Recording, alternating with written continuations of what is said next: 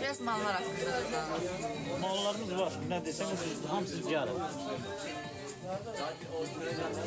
Mallarımız ucuz. Ucuzdur mallarımız. Hakikaten köyünün sarışkalarımız da var. Hakikaten. Bunun Birbirinden gözler. rəhlər də var. Her biri ehtel olur. Her ehtel olur. Yaxşı da yaxşı bildi, aktyor bildi. Ora Her biri ehtel olur. Sarışkol gösterdiğin ha? sen şükür gözlerdir abdala. Hə, sağ ol. Allah sen. Üfürəcəm sasdan gedəməyə. Şımarım. Her biri ehtel olur.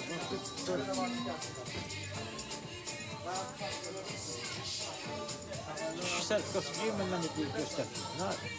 Əynindəki tutanla danış da. Elimdeki de göstereyim bak. Elimdeki de bak güzel. Çok parpalı. Bak parpalı. Her bir zevkte. 9 manatdan başlayır. Granat agilə ürək tut. Granat aldım, sağ ol. Sağ ol. Bizim ürəyimiz. Sağ ol granat aldım, sağ ol. Bak birbirinden güzel. Kıymetini çek. Kıymetini çek. Arada lazerə get. 29 manat.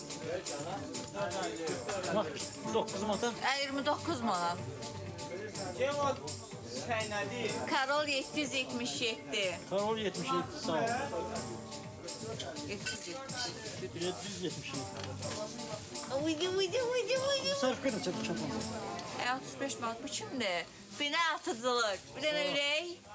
Sağ ol. Binə atıcılıq. Atıcılık, bina atıcılık. Boynu görme sen oğlum. Bu boyuna bak. Sağ sana. Əlimin tərsi ilə götürəcəm birini.